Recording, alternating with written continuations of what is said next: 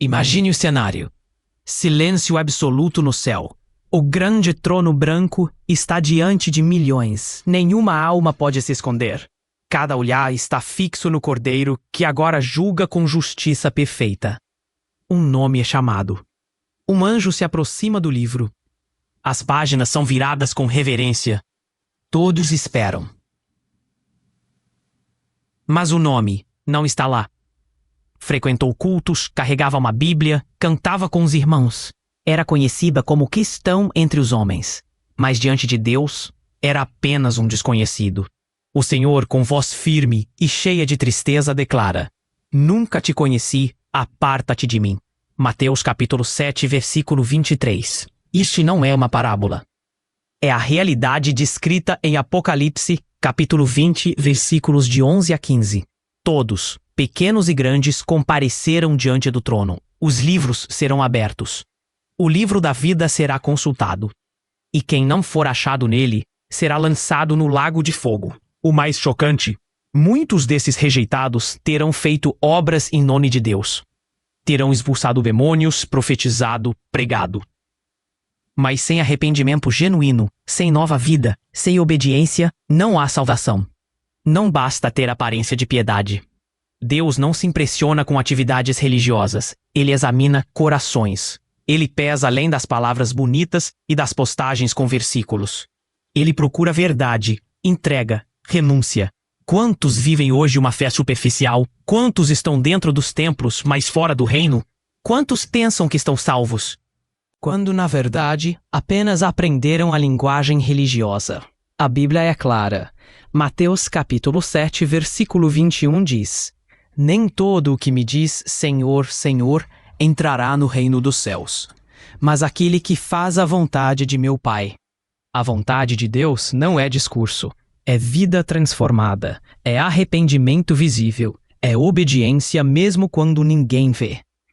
Esse primeiro capítulo não é uma introdução leve, é um aviso urgente. A eternidade é real, o julgamento será individual, e o céu não será preenchido por quem se diz cristão, mas por quem nasceu de novo. O tempo da graça é agora.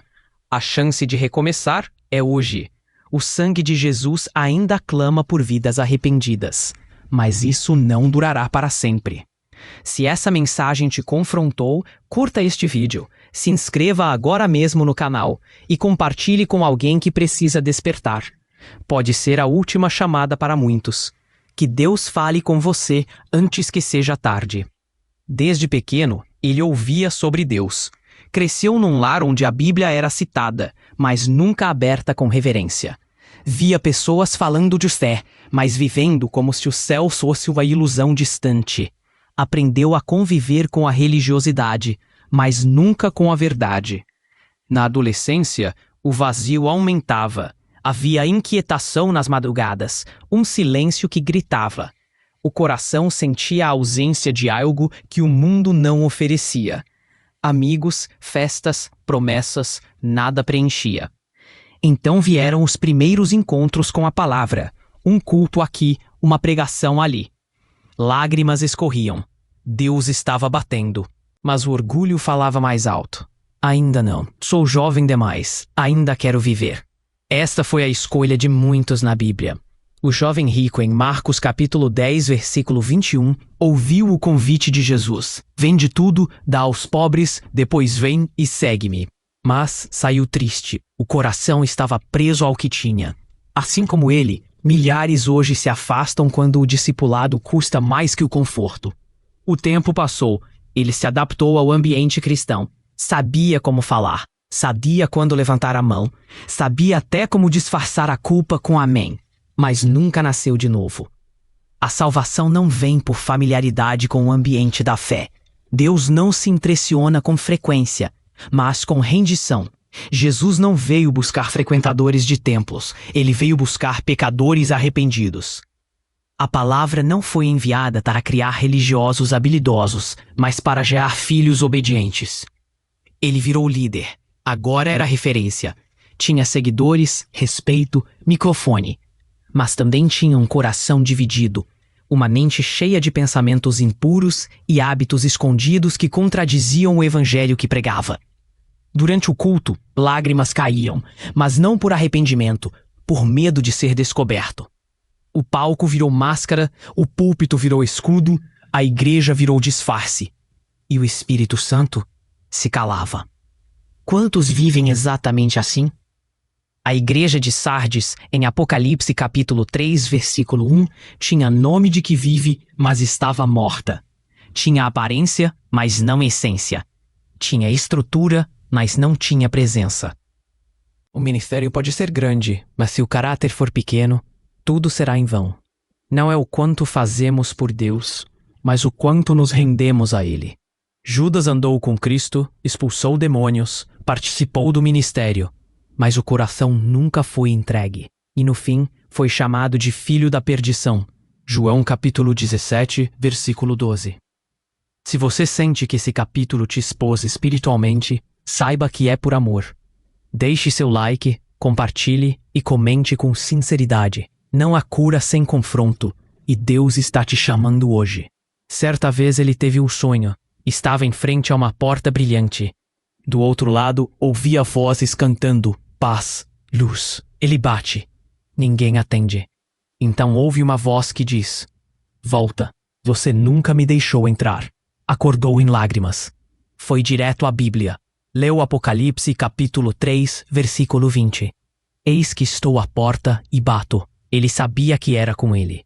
Durante anos o Senhor usou irmãos, mensagens, até tragédias, mas o orgulho venceu todas elas. E assim, cada não foi fechando portas eternas. Quando o juízo chegou, ele lembrou de cada vez que Deus falou, e ele ignorou. Não faltou amor, faltou quebrantamento. Era uma manhã comum. Ele saiu atrasado, o trânsito cheio, fones no ouvido. Não ouviu a buzina. Não teve tempo. O impacto foi rápido. Céu, anjos, claridade. Tudo em poucos segundos. Depois, o trono. Não houve tempo de pedir perdão. Não deu tempo de se reconciliar. Nenhuma segunda chance. Hebreus capítulo 9, versículo 27 diz: ao homem está ordenado morrer uma só vez, e depois disso vem o juízo. Ele achava que teria tempo. Achava que se acertaria quando ficasse velho. Que teria um último culto, uma última chance, mas a vida não é roteiro de filme. Eternidade não espera procrastinadores. Diante do trono, ele esperava clemência, mas o Cordeiro agora é juiz. A face que um dia foi ensanguentada na cruz, agora brilha em justiça. O anjo consulta o livro da vida. Nada. Senhor, mas eu preguei. Conheço-te não. Mas eu curei em teu nome. Nunca foste meu. O terror invade aquela alma. Não é revolta, é consciência. Ele sabia. Sabia que sua fé era superficial, que suas obras eram ocas, que sua aparência enganava os homens, mas nunca Deus. E o pior de tudo, a eternidade sem Deus começou com uma escolha diária. A escolha de não se render por completo. Se ainda há fôlego em você, há esperança. Curta, inscreva-se no canal e compartilhe. Esse é o momento de entregar tudo antes que o juízo bata a porta. Jesus ainda te espera. Aqui era admirado, conhecido como homem de Deus, mas lá ninguém o reconhecia. Não havia registro de suas lágrimas no altar, nem de confissões sinceras. O céu nunca ouviu sua voz em arrependimento. Sua reputação era forte na terra, mas fraca no céu. Filipenses capítulo 3, versículo 19 alerta: o fim deles é a perdição, o Deus deles é o ventre. A vida cristã real não é vivida nas câmeras, mas no quarto, no secreto, onde só Deus vê. Um pastor, um líder, um ministro. Mas não havia integridade. O altar se tornou palco. A Bíblia virou manual de discurso e não espada que fere e cura. Ele orava em público, mas não em secreto. Jejuava por status. Pregava o que agradava, nunca aquilo que confrontava. Jesus alertou sobre isso em Mateus capítulo 6, versículo 5. Em verdade vos digo, já receberam sua recompensa. O inferno terá muitos ex-pregadores, o céu poucos verdadeiros servos.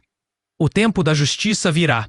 Mas hoje ainda é o tempo da graça. Você ainda pode se dobrar, ainda pode confessar, ainda pode se lançar diante da cruz. Deus não rejeita um coração quebrantado. Salmo capítulo 51, versículo 17. Se você reconhece que viveu de fachada, é hora de jogar a máscara no chão. Não importa seu cargo, o que importa é seu nome estar escrito no livro da vida. Hoje, Deus está te chamando, não como juiz, mas como pai. Ele ainda bate, ainda convida, ainda escreve nomes no livro da vida. Mas amanhã pode ser o dia do juízo. E nesse dia, não importa quantas visualizações, seguidores ou aplausos você teve, só uma coisa contará: está o seu nome escrito? Se o Espírito Santo falou com você através deste vídeo, tome uma decisão agora. Curta, inscreva-se no canal e compartilhe com urgência. Você pode estar salvando uma alma hoje. Que Deus tenha misericórdia de nós.